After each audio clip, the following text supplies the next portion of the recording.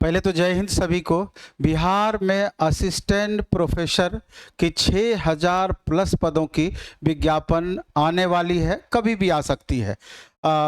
और अभी आप लगातार पिछले 2 महीने से करीब देख रहे हैं, 3 महीने से देख रहे हैं कि काफ़ी हलचल तेज है। और इसका कारण ये है कि एलिजिबिलिटी इसका क्या होना चाहिए, सबसे बड़ा संशय उसी में था, जो अब क्लियर होता हुआ दिख रहा है। इसमें आप देखेंगे कि कॉलेज बिहार विश्वविद्यालय सेवा आयोग के द्वारा ये विज्ञापन आना है और बहुत मामलों को हाल के दिनों में आजकल में आपका क्लियर किया गया है। तो कहाँ कहाँ कन्फ्यूजन है, हम तमाम बातों पे चर्चा करेंगे। और ख़ास करके जो छात्र पोस्ट ग्रेजुएशन कर रखे हैं, हालांकि ये भी कहा गया है कि अपेयरिंग वाले को इसमें अलाउ किया जाएगा कि बशर्ते कि लास्ट डेट से पहले आपका रिजल्ट आ जाना चाहिए, तो अपेयरिंग वाले को भी अलाउ किया गया है। लेकिन खास करके पोस्ट ग्रेजुएशन जो छात्र कर लिए हैं, तो इससे अच्छा मौका और इससे बेहतरीन नौकरी उनको नहीं मिलनी है, क्योंकि इससे पहले जो नेट वाले छात्र जो नेट पास कर चुके हैं, जिन्होंने पीएचडी कर रखा है, तो उनको अच्छा खासा वेटेज इसका मिलता था। लेकिन इस बार उनका वेटेज पूरी तरीके से समाप्त करने की बातें कही गई है और मेरिट के आधार पर ही जज होना है। इसके बारे में चर्चा लगातार आपका जारी है, चर्चा लगातार किया जा रहा है। तो इसलिए जो छात्र अभी पीजीटी का भी तैयारी कर रहे होंगे, उनके लिए बेहतरीन गोल्डन अपॉर्चुनिटी है। और भी तमाम छात्र, आप किसी भी स्ट्रीम से पीजी किए हों, तो उनके लिए बेहतरीन मौका है। हाँ, एक एक्सेप्शन इसमें बताया गया है कि नोट दे करके कि जो हिंदी से पीजी जिन्होंने कर रखा है, फिलॉसफी से जिन्होंने पीजी कर रखा है, इस 2 सब्जेक्ट के मामले में कहा गया है कि उनका यूजी और पीजी में सिमिलर सब्जेक्ट होना चाहिए। तो चलिए हम आगे आकर के देखते हैं कि इसमें आखिर है क्या क्या है। तो क्योंकि मेरे ख्याल से आपका सारा कंफ्यूजन इस वीडियो को देखने के बाद दूर हो जाना है। तो चलिए हम आगे बढ़ते हैं, देखते हैं कि आखिर इसमें क्या है। अब संभावित प्रक्रिया जो है असिस्टेंट प्रोफेसर बनने की, आपको पहले उस पे आनी है। आप देख रहे हैं कि पहले एलिजिबिलिटी टेस्ट होना है। आप देख रहे हैं कि अगर आप 9th-10th में टीचर बनते हैं, 11th-12th में टीचर बनते हैं, तो उसके लिए एस्टेट पेपर 1 और एस्टेट पेपर 2 के रूप में एक पात्रता परीक्षा आपको दिया गया है कि उस पात्रता परीक्षा में पास करेंगे तभी आप एग्जाम में बैठ सकते हैं। उसी तरीके से ये एलिजिबिलिटी टेस्ट सेम चीज है, एक तरीके से ये पात्रता परीक्षा का ही रूप हुआ कि इसको पहले आप पास करेंगे, तब असिस्टेंट प्रोफेसर की जब नोटिफिकेशन आएगी तो उसके रिटर्न, उसमें आपका जाकर के रिटर्न एग्जाम होगा। ये परीक्षा पास करने के बाद रिटर्न एग्जाम आपको देना होगा, उसके बाद इंटरव्यू में बैठना होगा, तब जाके आपका मेरिट लिस्ट बनेगा, तब जाकर के आपका डीवी होना है। और इसके लिए जो आपका देख रहे हैं कि मार्क्स जो खोजा जा रहा है, यूआर कैटेगरी के कैंडिडेट को पोस्ट ग्रेजुएशन में 55% मार्क्स होना चाहिए और ओबीसी, एससी, एसटी, पीडब्ल्यूडी और ट्रांसजेंडर कैंडिडेट को मिनिमम 50% मार्क्स होना जरूरी है।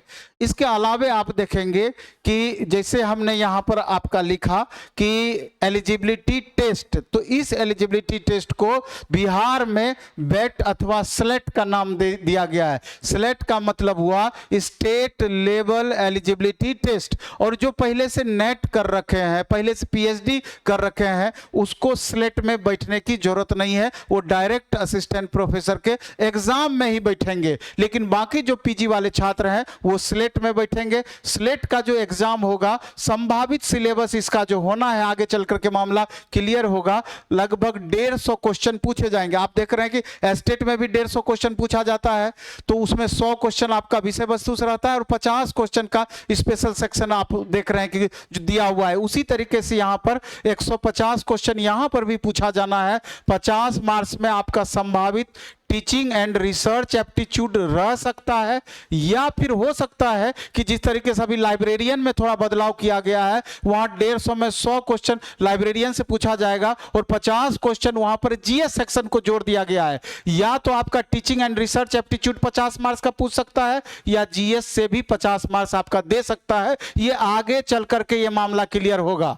इसके बाद 100 मार्क्स जो होना है, ये सब्जेक्ट से रिलेटेड होगा। जिस सब्जेक्ट से आपने आपने पोस्ट ग्रेजुएशन किया है 100 मार्क्स आपका उससे रहना ही रहना है। तो यानी कि कुल 150 मार्क्स का आपका ये एग्जाम हो जाएगा। और पासिंग मार्क्स क्या रखा जाता है ये आगे आपको पता चलेगा जब इसका डिटेल आएगा। और जब इसको आप पास कर जाएंगे स्लेट को, तब जाके असिस्टेंट प्रोफेसर के लिए जब 6000 प्लस पद का नोटिफिकेशन आएगा, तब उसमें आपका पहले रिटन एग्जाम होगा जो कि 160 मार्क्स का होगा और 40 मार्क्स का इंटरव्यू होगा।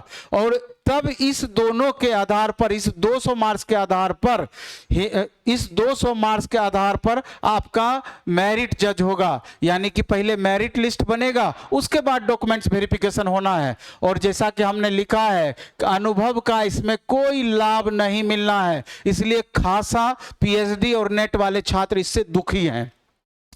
और नेट का जहां तक सवाल है, आपको पता है नेट के बारे में कि एनटीए यानी नेशनल टेस्टिंग एजेंसी ये नेट का आयोजन करती है प्रत्येक साल में 2 बार। और पूरे भारतवर्ष में नेट में क्या होता है कि पूरे भारतवर्ष में अगर आपको असिस्टेंट प्रोफेसर बनना है तो उसके लिए नेट का परीक्षा देने के लिए देना जरूरी है। ये उसके लिए पात्रता परीक्षा एक तरीके से होता है नेट। और स्लेट का जहां तक बात है, बिहार के विश्वविद्यालयों के लिए प्रस्तावित या संभावित ये परीक्षा है स्लेट का। यानी कि इसको आप पास करेंगे तभी जाकर के बिहार में आप प्रोफेसर बन पाएंगे। लेवल ऑफ क्वेश्चंस का जहां तक सवाल है, किस लेवल का क्वेश्चन पूछ सकता है, तो पीजी लेवल से थोड़ा सा ऊपर आपका क्वेश्चन पूछ सकता है। यानी कह सकते हैं कि नेट के लेवल का या उसके समकक्ष लेवल का क्वेश्चन आपका एग्जाम में पूछ सकता है। तो मोटा मोटी यही इसका सारांश है। अगर कुछ बातें बच गई हो या कहीं पर आपका कंफ्यूजन रह गया हो तो निश्चित रूप से आप कमेंट बॉक्स में कमेंट करेंगे और आपके कमेंट को वरीयता देते हुए उससे रिलेटेड फिर हम वीडियो बनाने का प्रयास करेंगे। और प्लेटफॉर्म में भी अपकमिंग इनका सारा बैच आना है अलग अलग सब्जेक्ट का। इंतजार है कि कब आपका नोटिफिकेशन इससे रिलेटेड, आपका सेलेक्ट से रिलेटेड आता है और फिर उसके बाद असिस्टेंट प्रोफेसर से रिलेटेड। हो सकता है कि दोनों बैच कंबाइंड चले, हो सकता है कि दोनों का अलग अलग चले। ये कुछ दिनों के बाद हम आपको ज्ञात करवा पाएंगे। धन्यवाद।